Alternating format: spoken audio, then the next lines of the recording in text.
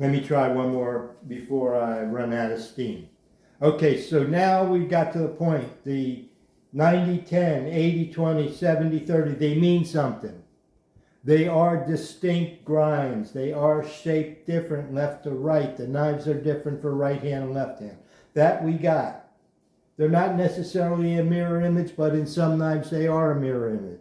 So there takes some understanding, there takes some interpretation, there takes some recognition, some knowledge. It's just not zip, zip, zip on your belt, make a keen edge and sharpen it.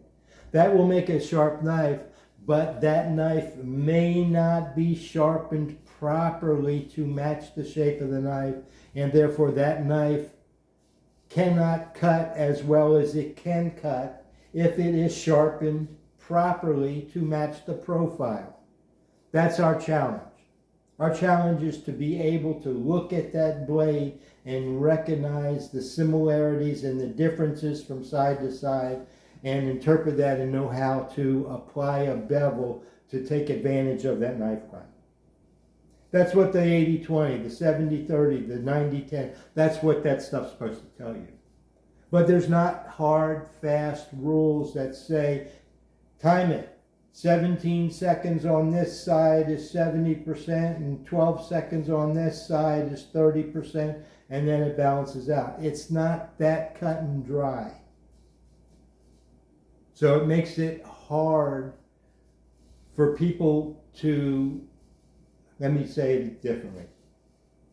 If you don't know what you're sharpening, you can still sharpen it well and make a very sharpened knife, but you may not be getting the best out of it that you could if you really understood what you were sharpening.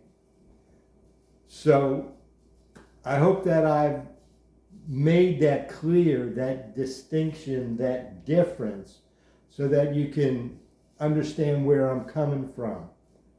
I want to make the hard and fast rules. I want to talk about sharpening them. And I'm just going to make a suggestion now, because I have time on this video, that the best way for me, for the way I sharpen with a fixed angle guided sharpening system, I clamp my blade vertically and I use a marker and I find the angle on one side and find the angle on the other side. And I look at the shape of the curve and I try to make a statement about the shape of the knife and the curve. And I look at the height of the bevels as compared to the shape of the curve. And that height of the bevel, by removing it, matching it with the marker, that gives you an idea of what you want to reapply. With a guided system that you adjust precisely, you can dial in those angles and actually match that height of the bevel with your marker to what was applied by the knife maker. So it gives you an idea of where you can go. What you're doing is you're replicating or emulating that overlap, that angle, by matching the heights with your marker, and that is giving you an idea of what the angle is.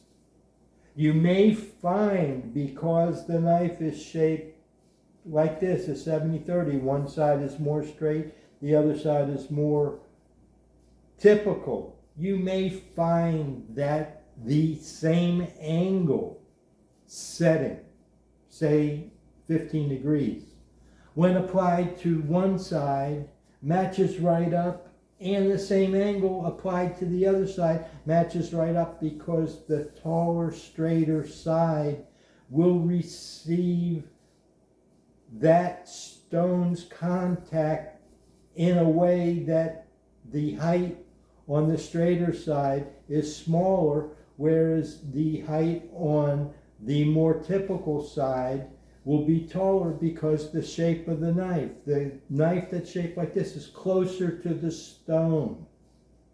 On this side, it's further from the stone.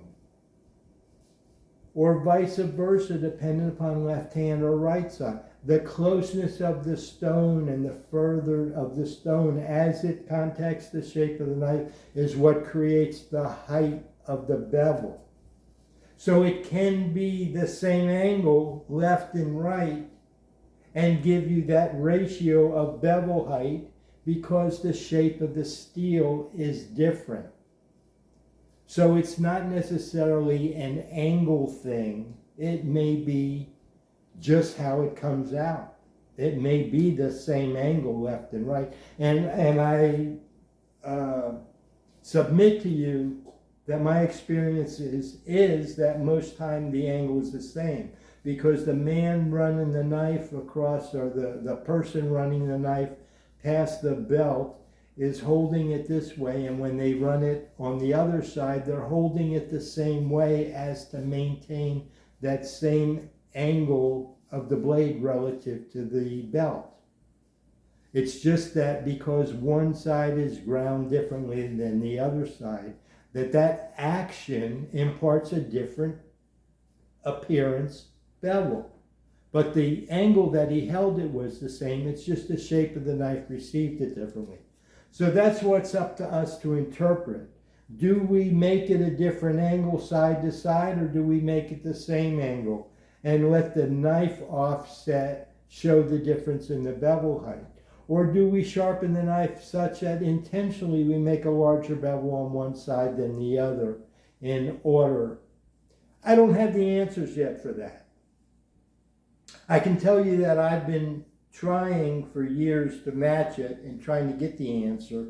And now that I'm doing this study into these knives, and now that I have a left hand and a right hand, I am, when I get done with this video, I am going to clamp them up, and I am going to measure visually the bevel heights and compare them left to right to try to dissect, to try to understand how this knife was ground differently than this knife, even though they seem to be the same 70-30 grind, that the left hand and the right hand are almost indistinguishable except for the bevels.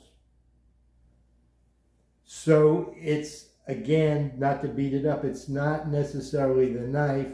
For right hand and left hand, it can be the bevel. So I have some more things to go to examine, but I wanted to make that clear about the ratio that I've been trying to share. And it is always explained that way, that the ratio 90-10, 80-20, 70-30, 60-40, 50-50 is a roadmap or directions how to sharpen it. The problem, the disconnect is the guy that made it, he didn't get that memo.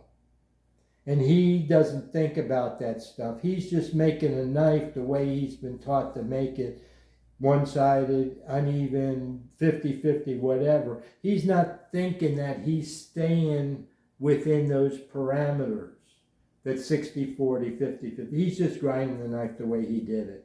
And he gets everyone as close as he can. And everyone is a little bit different. So the little bit of difference in these handmade knives make them so that each one may be sharpened a little differently than the other. And it gets complicated. I don't know how else to say it except for it gets complicated. But the bottom line is, for you guys that are just sharpening knives to get it done, a keen edge is sharp, so that pretty much overrides all of this stuff, because when you have a sharp knife, at least you have something to work with. You may be able to refine that sharp knife with uneven edges and work one side more than the other to correct for some steering. If the right-handed knife tends to go one way and the left-handed knife tends to go another way, then you work the bevel opposite the direction you want it to go. If it's going this way, you work this bevel to bring the knife back. If it's going this way, you work this bevel to bring it back. That's hard to do if you haven't used the knife as it was made when it came out of the box, because you have no reference, you have no understanding of how that knife is supposed to cut. And that's a challenge for all you guys that are just sharpening knives when you start talking about sharpening Japanese chef knives, and some of them can get very expensive and be very special.